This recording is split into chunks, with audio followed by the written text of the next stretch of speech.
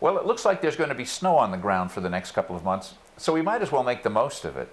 This is Phil Blampede from Today River Valley. One way to make the most of it is with dog sledding and dog sled races. Today River Valley took a look at the dog sled racing scene in Maine a couple of years ago. We'll have that for you again in a few minutes after a message from a local business.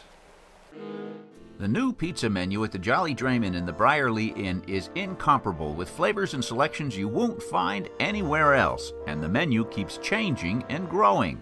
Come by once and come by again, and again, and again. You'll never be disappointed. The Jolly Drayman Pub and the Briarly Inn, Route 2, Bethel, Maine.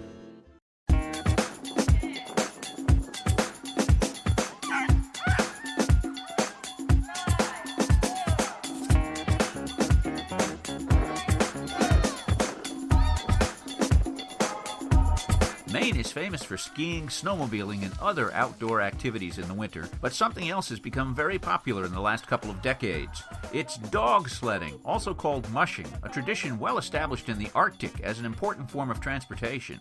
Now, with just about enough winter in Maine to support it, dog sledding has come south, not for transportation, but for the sheer beauty and fun it offers to anyone who gets on the back of a dog sled and races across the snow.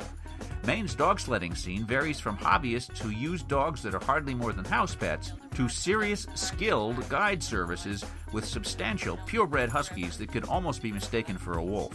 The amateur side of it is represented by the Downey Sled Dog Club, which held a Mushers Bowl at Five Field Farms in Bridgeton last February, where dog sledders with teams of various kinds of dogs came together for a day of non-competitive racing through the orchards and fields of Five Fields Farm. The more serious side is exemplified by the Mahoosic Guide Service in Newry, Maine, where those who want an authentic dog sledding experience can choose from anything from day trips in western Maine to week-long camping across the Arctic tundra in northern Canada.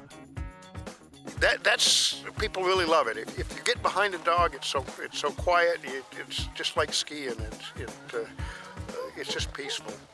So we have beginner mushers running the dogs, and it's quite a thrill. Sometimes we have people write to us and say it was like the most memorable experience of their life, or they come back and bring back friends or relatives, and it's a very exciting moment.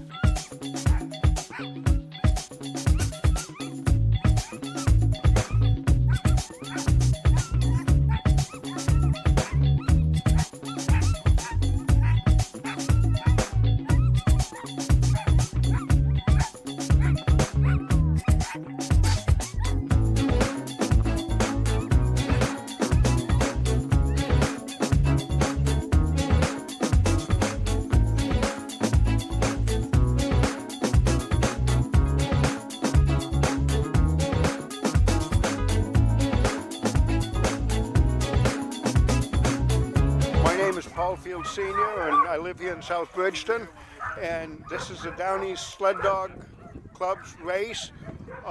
Was 14 teams registered, and I think there's more than that here that have registered today. And it's cold, the dogs love it, you can hear them in the background, and I think everybody's having fun. There's 5, I think, sanctioned races.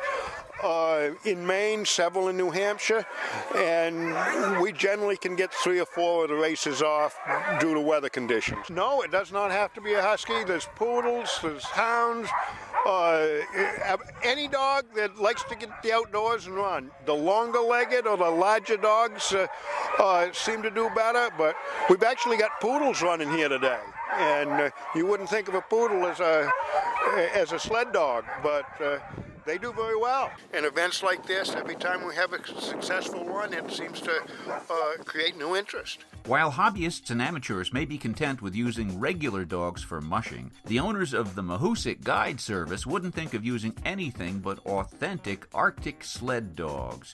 In fact, owners Polly Mahoney and Kevin Slater are authentic in every respect. Both have extensive experience in the Arctic regions of Canada. Their dogs have bloodlines traceable to the Arctic village of Old Old Crow in the Yukon Territory, and they learned to maintain their sleds from a craftsman who traveled with the famous Arctic explorer, Admiral Byrd. This all adds up to the fact that when people sign up for one of their trips, they can count on something pretty close to an authentic wilderness experience. Well, when we started our business 27 years ago, we were offering dog sledding trips, canoeing trips, rock and ice climbing, all at the same, we started with all of those activities. And then now we just do canoeing and dog sledding. But dog sledding is our busiest time of year. We used to be like the only mushers around offering guided trips. There's more people offering them now, but we all have our own styles, but we really love taking people on overnight trips because just being out in the natural world when it's quiet, and the dogs are very excited to go. They just love to pull. It's in their breeding to want to pull. So when you hook them up, they're all excited and jumping and barking, and then as soon as you undo the knot and take off, it's like totally quiet. And you just hear the sound of their panting and the runners on the snow, and it's very peaceful. So this dog here is Jarvis, and he is the best lead dog in the yard. He's 10 years old now, and he's been running in lead for 8 years, and he learned from another dog named Maeve. And this dog is one I can just be thinking of a command, and he'll do it before I actually give it to him. So we have a little mental telepathy going on.